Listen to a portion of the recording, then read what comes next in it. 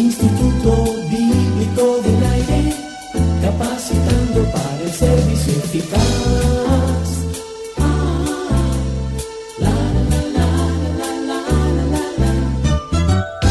Gracias por asistir nuevamente al Instituto Bíblico del Aire. La manera en la que Jesús preparó a sus seguidores para el momento posterior a su partida fue inusual. Les dijo que serían perseguidos y que tendrían que sufrir. Estas palabras de Jesús se encuentran en el Evangelio de Juan, capítulo 15, y con ellas Jesús no solo preparó a sus apóstoles, sino también a nosotros. Escuche con mucha atención este interesante estudio que enfoca el sermón más largo de Jesús que tenemos registrado en las Escrituras, el Sermón del Aposento Alto. Alberto Valle ya está listo para presentarnos la clase. Es un gran placer encontrarnos con usted en el estudio de hoy del Instituto Bíblico del Aire, amigo y amiga. Estamos considerando el capítulo 15, versos 22 en adelante del Evangelio de Juan. En este pasaje, Jesús hace una declaración muy similar a la que encontramos en el capítulo 9. Recuerde que luego de sanar a un ciego de nacimiento, Jesús dice que Él es una clase especial de luz capaz de darles vista a los ciegos y a la vez revelar la ceguera de algunos que creen que pueden ver. Y por supuesto, los líderes religiosos no eran tontos. Ellos entendieron que se refería a ellos. Y Jesús les dijo que si ellos fueran ciegos, no tendrían pecado. Pero en vista de que decían que veían, su pecado permanecía en ellos. Esa es una revelación maravillosa. No luz, no pecado. Esto parece darnos una definición del pecado. El pecado es el rechazo a la luz. Y por supuesto, eso nos hace preguntarnos, ¿hay algún ser humano en este mundo que no haya recibido luz en algún sentido? El capítulo 1 de Romanos parece decirnos que no. Todo el mundo ha recibido luz a través de la revelación natural. Es asombroso cómo algunas personas que no han estado nunca en contacto con el Evangelio están conscientes de la existencia de Dios y de leyes que regulan la convivencia de los seres humanos, aunque nunca han estado en contacto con los principios y valores del cristianismo. Esto es fascinante. El versículo 2 del Evangelio de Juan capítulo 9 nos dice lo mismo. Jesús dijo que si Él no hubiera ido y les hubiera hablado todo lo que enseñó, ellos no tuvieran pecado. Pero una vez que Jesús les dio la luz de la verdad, no tenían excusa. Aquí en el verso 24 del capítulo 15 de este Evangelio, encontramos a Jesús diciendo que si Él no hubiera hecho entre ellos todas las obras que hizo, ellos no tuvieran pecado. Pero ellos vieron los milagros y aborrecieron a Cristo y al Padre. Pero esto sucedió para que se cumpliera lo que estaba escrito en su ley. Sin causa me aborrecieron. Y esa cita es tomada del Salmo 39 y del 69. En el capítulo 5 de este mismo Evangelio, cuando dio inicio el diálogo hostil entre Él y los religiosos, Él les dijo que ellos no carecían de evidencias. Delante de ellos estaban las obras que Él había hecho y estaba la palabra del Padre mismo, quizás refiriéndose a la voz que le habló en su bautismo. Además de eso tenían las Escrituras. Ellos leían las Escrituras porque pensaban que haciéndose expertos en ella alcanzarían la vida eterna. Pero ellas mismas son las que dan testimonio de mí, dijo Jesús, y añadió, y no queréis venir a mí. Ellos tenían el testimonio de Juan el Bautista también, y aún el de Moisés, porque lo que escribió Moisés en la ley señalaba a Cristo. Así que no carecían de evidencias. Ustedes no vienen a mí porque no quieren venir a mí, no creen porque no quieren creer, Él les dijo. Y Jesús parece estar diciendo lo mismo aquí. Si Jesús no hubiera venido y les hubiera hablado, no tuvieran pecado.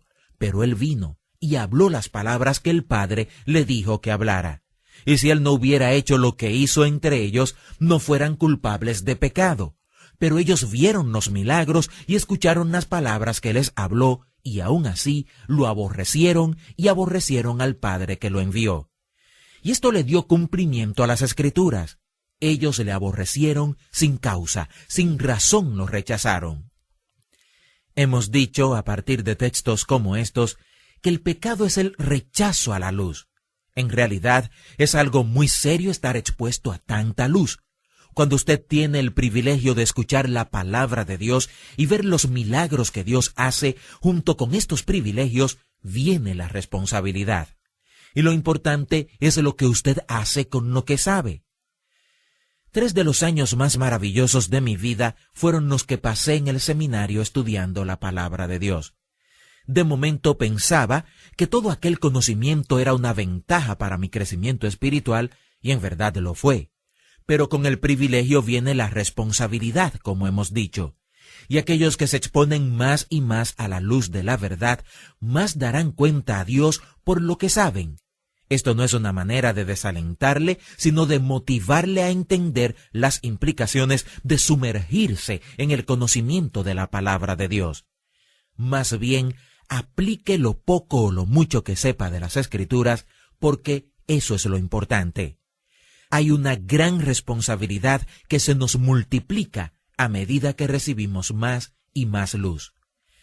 En los últimos versículos del capítulo 15, Él dice que enviaría del Padre al Consolador. Nunca olvide que el Espíritu Santo viene de Cristo y del Padre, pero es Jesús quien lo envía, y nos dice que Él dará testimonio acerca de Él. Este es uno de los importantes ministerios del Espíritu Santo. El Espíritu Santo no llama la atención hacia sí mismo. Él exalta a Jesús dando testimonio acerca de Él. Y Jesús añade en el versículo 27 que ellos también darían testimonio de Él, pues habían estado con Él desde el principio. Recuerde nuevamente que un testigo es alguien que ha visto, que ha experimentado o ha sido parte de algo. Así que juntamente con el Espíritu Santo, los apóstoles darían testimonio de Jesús. Ser un testigo es un asunto de lo que somos por la gracia de Dios, y a todos nosotros, los creyentes, se nos ordena ser testigos, y eso quiere decir que abramos nuestras bocas y testifiquemos de lo que se ha hecho en realidad en nosotros. Usted sería un mal testigo si al momento de ser llamado a testificar a una corte, sencillamente dice que usted dejará que su vida hable por usted y usted se niega a poner en palabras las cosas de las cuales ha sido testigo. Inclusive, el juez podría culparle de obstruir la justicia por su negativa. En este pasaje, Jesús dice que el Espíritu Santo testificaría y ellos, los discípulos, debían hacerlo también. Al acercarnos al capítulo 16, note cuántas veces Él dice el por qué dice estas cosas. En el aposento alto, Él repite esto varias veces, especialmente en el capítulo 16. Estas cosas os he hablado para que no tengáis tropiezo, mas os he dicho estas cosas para que cuando llegue la hora os acordéis de que ya os lo había dicho. Esto no os lo dije al principio porque yo estaba con vosotros. Antes, porque os he dicho estas cosas, tristeza ha llenado vuestro corazón. Aún tengo muchas cosas que deciros, pero ahora no las podéis sobrellevar. En muchas ocasiones, Jesús les dice el por qué les está diciendo estas cosas, pero particularmente, en el capítulo 16, Él les dice esto porque, de la misma manera que hicieron con el ciego, en el capítulo 9 de este Evangelio de Juan, ellos serían echados fuera de las sinagogas. De hecho, Él les dice que llegaría el momento en el que aquel que los matara pensaría que estaría rindiendo un servicio a Dios, y harían esas cosas por no conocerle a Él ni al Padre. Así que Jesús les dice esto para que cuando el tiempo llegue, ellos recuerden que Él se los había dicho. Permítame hacerle esta importante pregunta a raíz de lo que nos dice este pasaje. ¿Cómo se siente usted cuando se habla de persecución? ¿Le han perseguido por identificarse con Jesús? Recuerdo haber ido a una convención misionera donde hablaba un creyente de Irán y nos decía que en su país los cristianos oran por aquellos que viven en países donde no hay persecución por causa de la fe cristiana. Testificaba este creyente que la persecución nos había llevado a ser verdaderos seguidores de Jesús y decía no entender cómo un creyente podía demostrar su fe en Cristo en medio de tanta prosperidad y libertad religiosa. Para mí eso fue asombroso. podríamos decir que la persecución en los primeros 3 siglos de cristianismo fue permitida por Dios, quizás porque la Iglesia no hubiera sido tan fuerte, poderosa y saludable como lo fue entonces. No nos debería extrañar si Dios permitiera que eso sucediera nuevamente. Debemos dar gracias a Dios por la paz que experimentamos en muchos de nuestros países de habla hispana. Debemos dar gracias a Dios porque aun en países donde las libertades están restringidas, hay la posibilidad de predicar el Evangelio. Pero, si en alguna manera Dios permite que seamos perseguidos nuevamente, recuerde las palabras de Jesús en el aposento alto, donde preparó a aquellos 11 apóstoles que se reunieron alrededor de la mesa con él para que enfrentaran la persecución que iba a sobrevenirles en cuestión de horas, luego que él hablara estas palabras. El tiempo se nos ha terminado, pero le invito a que continúe leyendo y analizando este capítulo 15 de Juan y luego el 16. Especialmente, trate de responder las preguntas que nos plantean estos capítulos en cuanto a quién es Jesús, qué es la fe y qué es la vida. Espero que, Dios mediante, nos podamos encontrar en nuestra próxima clase del Instituto Bíblico del Aire. Y como de costumbre, Georgina le dará nuestra dirección para que nos pueda escribir. Hasta nuestra próxima audición y que Dios le bendiga.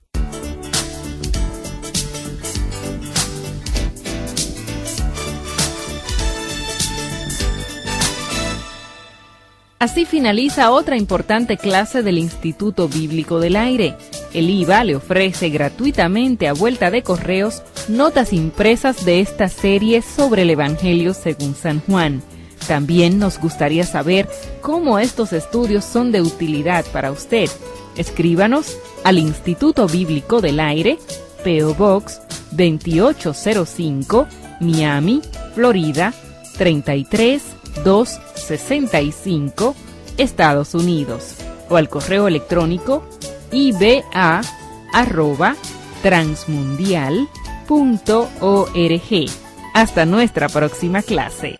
Instituto Bíblico del Aire, capacitando para el servicio eficaz.